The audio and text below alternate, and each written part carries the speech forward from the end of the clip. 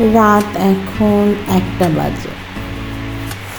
সারাদিন এত পরিমাণ জার্নি করে এসে আর আজ লিবিয়াতে এত গরম পড়ছে, মানে যা ভাষায় প্রকাশের মতো না।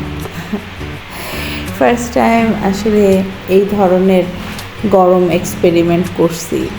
তার কারণ হঠাৎ করে গাড়ির এসি কাজ করছিল না, কিছু একটা সমস্যা হয়েছে। তো এরপরে বাসায় আর কিছু রান্না করার মনে চায় না। তো রাত 1টা যখন বাজে, অনেক ক্ষুধা লাগছে। তো আমরা আসলে বের হয়ে গেছি একটু দেখি কিছু পাওয়া যায় কিনা। ফাঁকা রাস্তা, দোকানপাট বন্ধ। আমরা চলে আসছি পিৎজা শপে। সব অলমোস্ট পিৎজা শপগুলো বন্ধ ছিল, এই শপটা খোলা ছিল।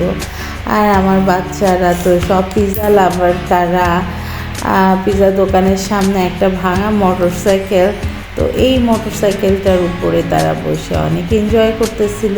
আর এর মধ্যে পিৎজা চলে আসলো। আর এখন আমি খুলে দেখছি যে পিৎজাটা কেমন হয়েছে। তো আসলে অনেক গরম গরম ছিল পিৎজা এবং অনেক মজাদার। আর আমার সব সময়ের প্রিয়, অনেক পছন্দের